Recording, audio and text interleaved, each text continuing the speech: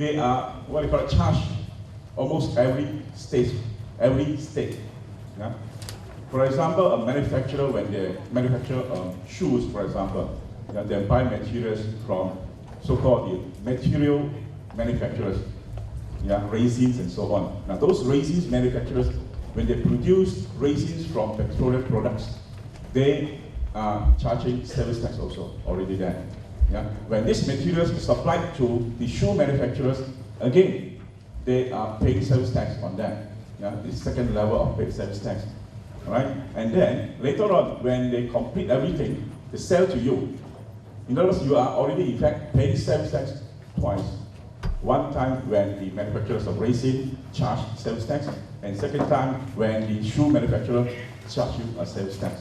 Now, these are very cascading effect, or double tax on you. And bear in mind, all these manufacturers, in fact, they cannot claim back on whatever sales tax or service tax they have paid. Right? Therefore, for you, in fact, you are actually paying a lot of taxes now and then. Okay? And that's why now we come in with GST. Okay? As I mentioned here, there are more than 160 countries in the world already implement GST. Now, or maybe too small for those people behind to look at it. The GST tax rate, the range is very far. As it can be as low as 3% or 5%. Okay? The highest GST rate in the world now, some in Europe, you can see from this, or maybe you may not see from behind. The highest rate is 27%. Just imagine you buy a pair of shoes, instead of paying 100 ringgit, you pay 127 ringgit. Yeah? You want to pay, no? Yeah, I'm not sure. Okay? Then what is GST then? Yeah? As I mentioned, GST is just actually a single level tax, or rather only the end user pay tax, right? In between, the manufacturers or service providers, in fact, they only pay tax based on the value that they have added into the products. That's why, in other terms, we call it value added tax. Now, certain countries, we call it VAT, value added tax, right? And it's on consumption based. In other words, if you do not want to pay tax, fine, you just don't buy. You don't want to pay tax on shoes, you don't wear shoes. Whatever. Right.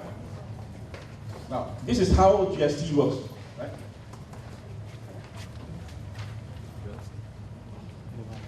Now, when a business unit, or rather, when say, actually as manufacturers, when they buy their materials, from the suppliers, they have to pay GST.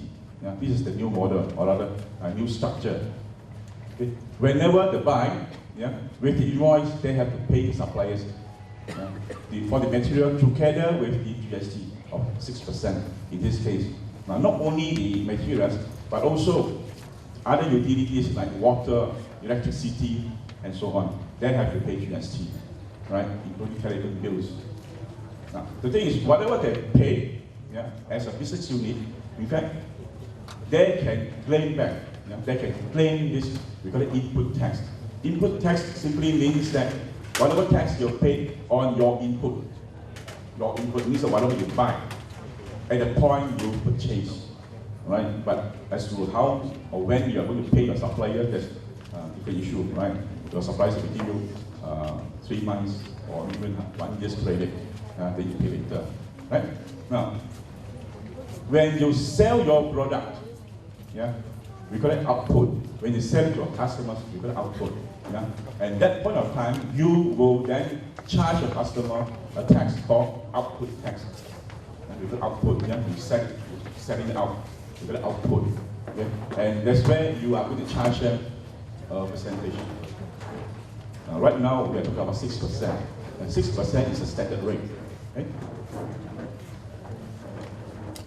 Now, before I move on, now, as a business unit, as I mentioned just now, when you buy your inputs, you pay input tax, right? And you can claim. Now, of course, you don't claim all. You don't get everything back from the government. Yeah. Now, what you have to do is, when you charge your output tax, right, as part of the duty, you're supposed to remit all to the government. But now, in this case, no. You don't pay all to the government. When you collect output tax, what you have to do is, you just minus off whatever input tax that you have paid to your supplier, right? And then you just pay the net tax that you are supposed to pay, or rather, any surplus between output tax and input tax, or rather, output tax more than your input tax. Okay. Now, what about in case your input tax is more than output tax, or rather, you pay tax more than what you collected? Then how? Can you take back money from the government? Boleh? Yes, you can. In this case, in GST, everything is possible. Yeah. I remember many years back when I was in Singapore, when I was working in Singapore, this was my experience. Yeah. It happened that the factory where I worked in, they have constructed a new building, right? And whereby we claim GST. And it happened that the sales, because of the factory is under construction, the sales was low, where the output tax collected was very low. Okay? But because of construction, we claim a lot of input tax. So as a result, I managed to claim about 100,000 Sing dollars for the company. The boss scolded me for collecting money from the government. You said, no. Actually, all these are legal. You are doing it perfectly all right. Yeah? So long you can back up, okay, supported with all documents, you can actually claim input tax from the government. Okay? Now, as I mentioned just now, GST is a replacement tax of sales tax and service tax. GST is not a new tax. Yeah? Not a new tax, not like what some of those men on the street, they say that this is new tax. They have been paying taxes every day. Now we have to pay another round of tax, which is GST. No, actually they are wrong. GST is the replacement of sales tax and GST, sales tax and service tax. Now with GST coming in next year, 1st of April 2015, sales tax and service tax will be abolished, will be out, no longer in the market. In other words, you do not have to pay any more sales tax or service tax. Right? Now, for those manufacturers, actually they're very happy. Why? Because all along, they are paying 10% sales tax. When it comes to next year, they only pay 6%. Happy or not? Straight away you save 4%, right? Yeah, this is a tax savings, or either in terms of cash flow or in terms of profit. Yeah? And of course, in fact, this is their duty, or rather, part of their social responsibilities to pass on this 4% to their customers. The big question mark is, will they do that or not? Yeah? All these are we have to ask the manufacturers here. Okay? Now, GST is charged on all supplies in Malaysia and also imported into Malaysia. Yeah? Whatever products you make in Malaysia for furtherance of business, or rather for business purposes, you are supposed to charge GST. Okay? You are supposed to charge. Not only that, for whatever products or services you import into Malaysia, right, you are supposed to charge GST as well. Okay? No, I think they are working with our friend from gone. It's too hot. GST is too hot, isn't it? All right, now, can anyone from CE? Faisal? Now, for GST, as I mentioned just now, you'll be charged on all supplies made in Malaysia or imported into Malaysia. Okay? Supplying these all kind of goods and services, unless it's exempted by the government. Yeah, unless government come with a list of exemptions or zero-rated products. Otherwise, you have to charge a standard rate of 6%. Okay? Now, talking about the 6%, 6% is just one of the categories. Yeah, one of the categories. In fact, there are 3 categories of GST, right? The first one is 6%. Yeah, 6% is the standard. Yeah, everywhere you have to charge 6%. Unless you are supplying some products which is zero rated. Now, zero rated means that the supplier, or rather the traders, when they sell products to you, they will charge you GST as well. They will charge you, but based on kosong, zero rate, 0%. Now, bear in mind, 0% is not exemption. You still have to pay tax, but pay zero tax, that's all. This is what tax terms. Yeah? And now, there's another category called exempted products. Exempted, now this thing, not everybody can enjoy this exemption. The exemption list will be provided or will be gazetted by the government. Yeah? The government will tell later on. As far as I know, so far, there's no official list yet. Yeah? It will be out very soon. Okay, now come back to our first category, 6%. 6%, you charge your customers 6%. You collect 6% from your customers, right? Then you don't pay everything to the government. You minus off all the input tax that you have paid. Yeah, you only pay net to the government. That's what we call it, input tax claimable for those under standard rated category. Likewise, for zero rated category, you can also claim your input tax. Means that whatever input tax you pay when you buy your products or your purchase, you can actually claim back from the government, even though you don't charge anything to your customers under zero rated. Okay? Now, last is exemption, exempt products. Now, exempt products, if you are in this category, maybe too bad, right? The thing is, you cannot charge any GST to your customers. And you cannot claim any input tax that you have paid. You cannot claim any input tax. So, in other words, your cost actually, yeah, if you're under exempt list, will be higher compared to those with 6% and 0% category. Okay. Now, these are some of the examples of standard rated products, including what? Dress, cookery, yeah? Restaurants, car maintenance, yeah? What else? Hotel, yeah? Furniture, and so on. Yeah? These are some of it. Now, not only that, you parking also, parking also kena. But of course, I think UTAR will charge you, right, for 6%. Yeah. Okay. Now, for 6% or standard rated products, this is how it works. Yeah.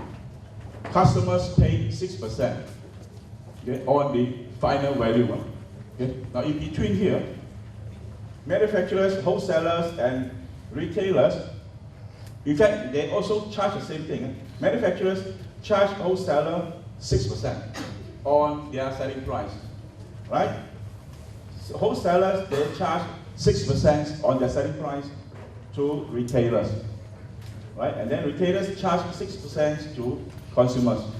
Now you must be asking, if everybody keep on charging 6% here, 6% there, end up consumer to pay how many percent? 24%, right? No, in fact, you are not paying 24%. You are only paying 6% on the value where the retailer sells to you. Reason is that retailer, wholesaler, and manufacturers, they are actually can claim back input tax that they have paid. For example, wholesaler here, they pay 6%, right, on the purchase from manufacturer. Okay? Now this 6% they can claim back from the government. Okay? They can claim back. Likewise for wholesaler, retailer. Yeah, retailer, they claim, they charge 6% to consumers, right? And then the thing is they have paid here 6% on their cost. right, on the cost. What retailers have to do is, you take whatever you charge, less whatever you have paid, yeah, only the difference you pay to the government. Yeah? I have one example on this one. Yeah. Yeah. This is the example. Yeah. For wholesaler, when they buy, the cost is 100 ringgit, right? They pay 6% or 6 ringgit GST. Okay? This is called input tax. And the charge to retailer, right? They sell it at 125 ringgit here, and they charge 6% GST, which is equivalent to 750 here. Okay? Now, then I'm going to collect 750 from retailer, and they have paid 6 ringgit to the manufacturers. What they have to do is, you just take 750 collected, less what they have paid to the manufacturer. They only pay 150 to the government. As far as the wholesaler is concerned, they only pay 150, not 750. Right? This is how it works for a standard rated product. Okay? Now, as to zero rated, these are some of the samples of zero rated, including all the vegetables, not MSH17, of course. Transportations, right? Fish and so on, and all these basic needs. Yeah. The rate is zero rated. Okay? It means that consumers do not pay GST on that. Now, how does it work then? Same thing, yeah? Every station, there are GST charges, right? Now, the thing is, just like your standard rated products, whereby when you pay GST on your input, you can actually claim back. Yeah, you can claim back. The thing is, you do not charge anything to your customers. Yeah? Put it this way, you charge 0% to your customers. You do not collect anything from your customers. But the problem is you already paid input tax, right? You have paid 6% there. Now, if it's 0% products here, you can actually claim back whatever you have paid. Now, in this case, yeah, of course here I show it as 0. Yeah, in case that you have paid, yeah, in case that you have paid GST to your supplier, actually you can claim back. You can take paid money from the government. Okay, it is zero rated. Now for exempt supplies, yeah. Now for your information, the final list of exempt supplies is not out yet. Yeah, but it's going to be out soon. Okay. Now these are some of the so-called exempt supplies, including public transport and so on. Okay.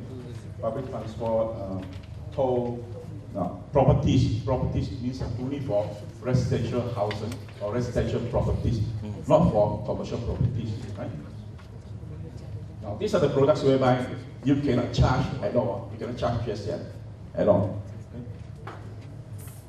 Now, this is how it works. Now, for especially like for hospital, yeah, private hospital especially, they cannot charge any GST. It's exempt supplies. Yeah. The thing is, when they buy medical supplies, drugs and so on, they pay GST. They have paid GST to the manufacturers. Now in this case, when they receive these supplies and when they sell it to the customers, they cannot charge any GST. There's no GST charge because it's exempt supplies. Right? Now in this case, whatever GST that these hospitals have paid, whatever they paid, they cannot claim back. Yeah? It means that the GST they have paid at the point of input will becomes cost to them. It will becomes cost to the hospitals. Right? Now, if that's the case, I do not know whether the hospitals will charge you more.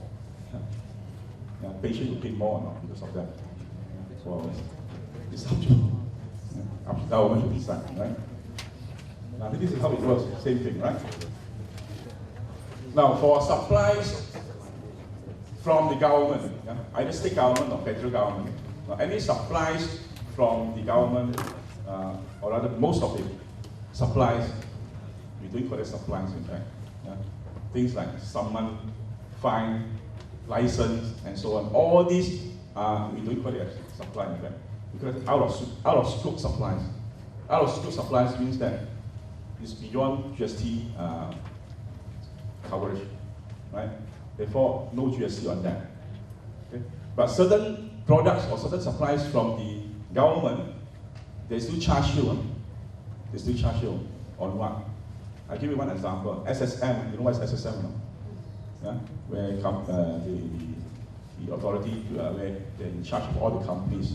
Now, when you go to SSM and ask for information, they want to print out corporate information, for example, where you have to pay 10 ringgit, right, to get the print out. Now, instead of paying 10 ringgit now, I mean, when the GST comes to force, you have to pay 6%, because print out this information is not a fine or license or whatever. This is a service provided to you, so therefore they will charge you GST. Okay? One more thing is that for local government, as in fact I mentioned just now, parking also, they start charging GST next year onwards. Okay? Now the question is whether they charge you 1 ringgit and 6 cents, whether you put a coupon of 1 ringgit and 6 cents or what, or put 1 ringgit. Yeah, so they will decide later. Yeah. Okay. Now, in GST, there are various so-called special schemes available, only for specific industries. Okay. Now, these are the few so-called special schemes. The first one is approved trader schemes. Approved trader schemes are basically for those exporters. Yeah, when they import certain products from one country and re-export to another country. Now, if that's the case, in fact, they can apply to the government to get so-called suspensions of GST. Suspensions means that you will not pay GST when you import. Okay? When you re-export, then you just have to submit a tax return to them saying that this product has been re-exported. So therefore, you don't have to pay any GST because the products just come in and go out. Yeah? This does not stop in here. Okay? That's why we call it approved trader scheme. Okay? Now, next is approved toll manufacturer scheme. Now, this toll is not our highway toll. Okay? This is just a legal term for this GST. Now, toll manufacturer means that if you are a contractor in Malaysia, or you are manufacturers or whatever, yeah, you produce something on behalf of your boss from overseas. For example, if a product, yeah, supplied by foreigners, foreign boss, coming into here, you just do some, say for example, packaging, repacking for them. After repacking, the products, send it back to them. Send it back to their home country. Yeah? So if that's the case, you as a contractor in here, you call that toll manufacturer. Basically, you take something from your boss, repack or whatever, do some improvement on the product, and send it back to them. Yeah? We call it toll manufacturers. In that case, GST will be suspended also. Yeah, will be suspended. Next is jewelry scheme. Approved jewelry scheme is, this one is more for jewelry manufacturers, where they need to buy some golds or gemstones or whatever, yeah, and produce your gold, or from the gold bar, they produce some jewelry. Okay.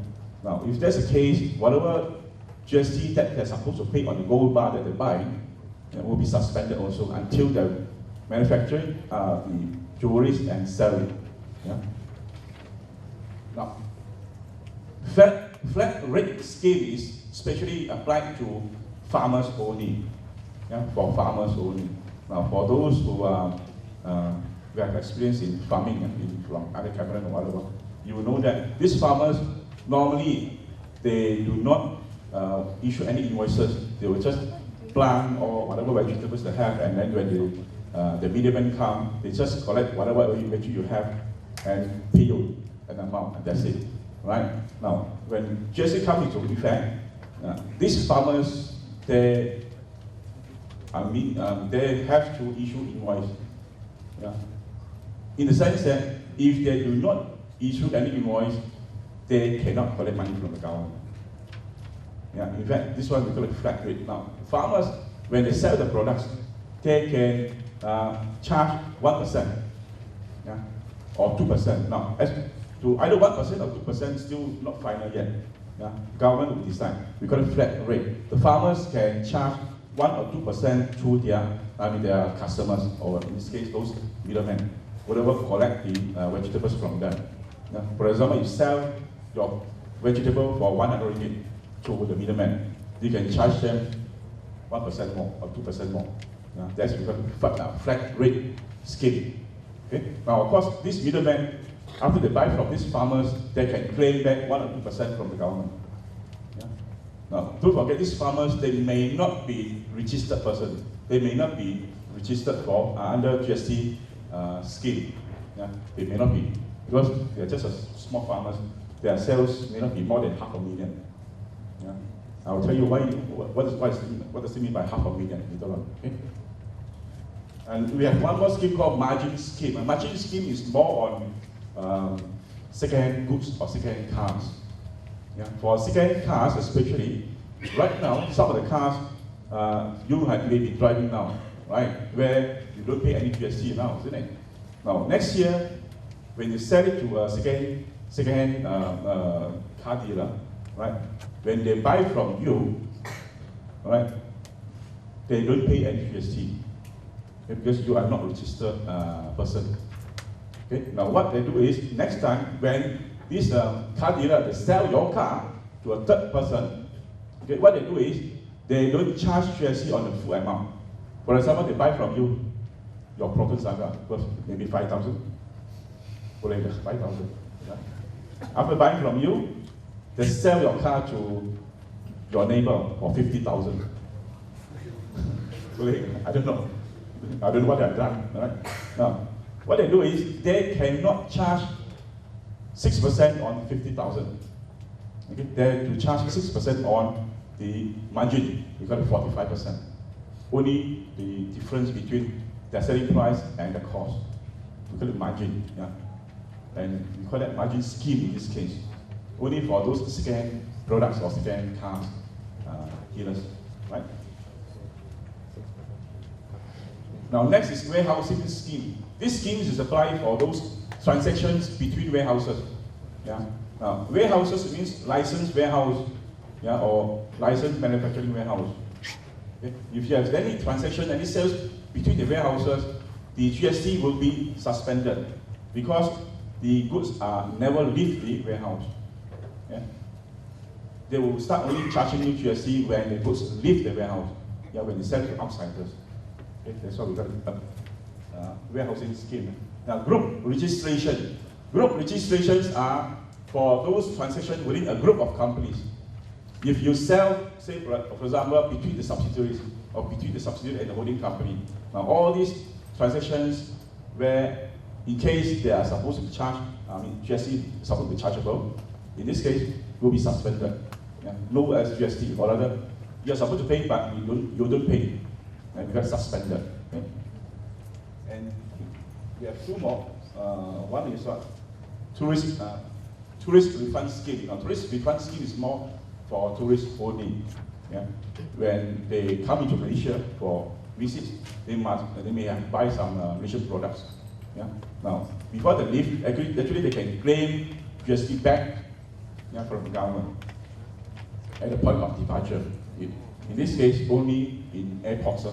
Right now, this scheme only applicable for all the international airports, only in Malaysia.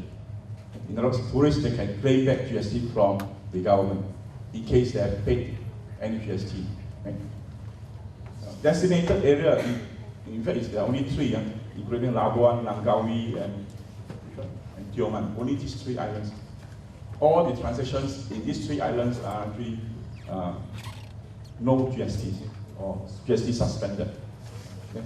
Now these are the few so-called special schemes for GST. Apart from that, anything, everything that you buy or sell will attract GST. Okay?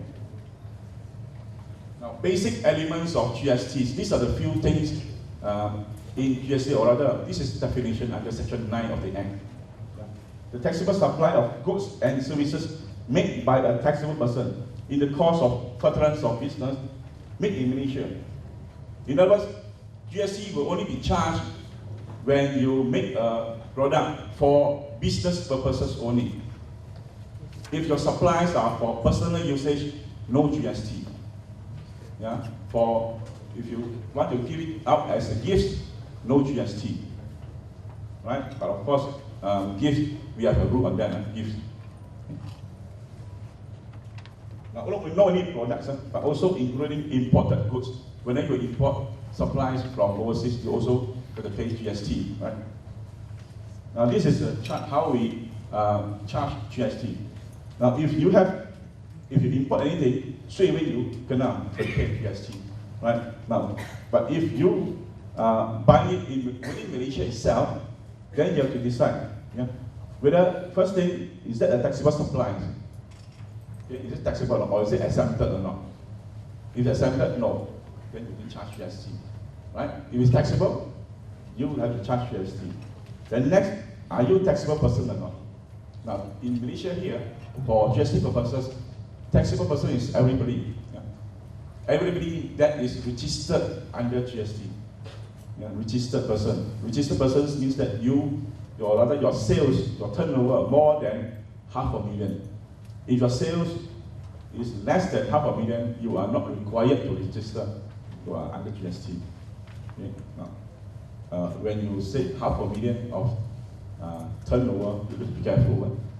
$500,000 excluding exempt supplies, okay? Only taxable supplies.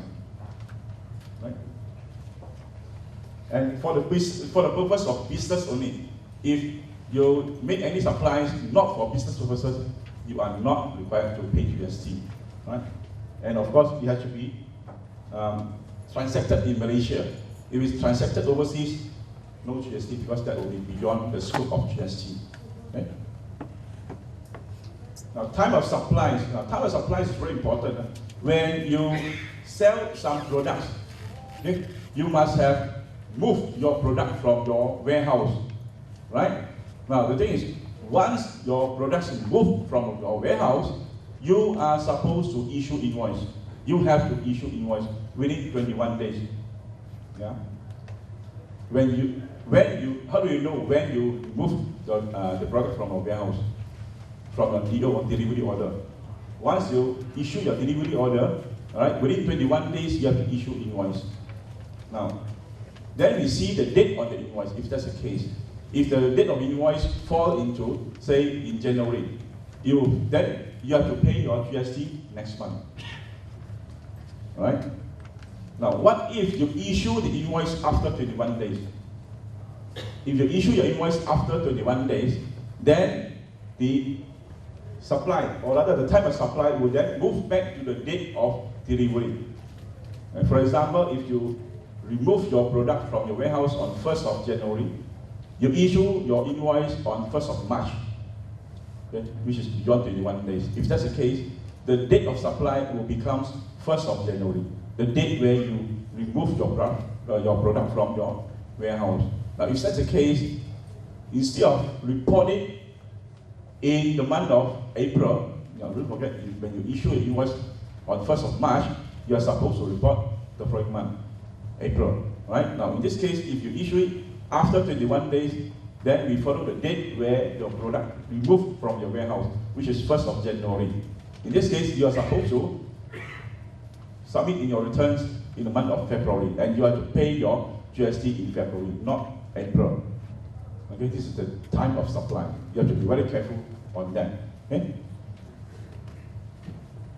As to the value of supply, it's very straightforward. Some companies, or rather some business friends, when they sell products, right, they say, okay, never mind, I stop GST.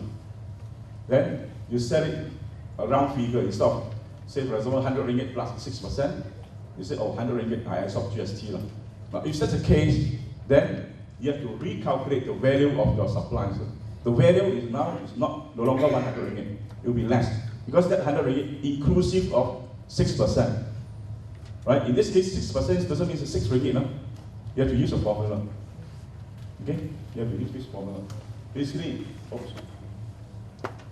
Yeah, you take the value, for example, in this case, our friend sell it for 2006, right? You take 2006 times 6 divided by 106. Yeah, in this case, 6% equivalent to 147.17. This is a GST amount. If that's the case, the value of the supplies is not 2006. It will be around 2004 only. Yeah. in case where you issue invoice based on a round figure and you absorb the GST. Right? Now it's very common, not only in Malaysia, there are some other countries also doing that. Okay? Now for registration, now as you know, the government has announced that all businesses with turnover of more than $500,000 have to start registering, right? The registration process has started 1st of June, yeah, but so far I was told less than 5,000 companies registered, compared to the number of business units we're supposed to register.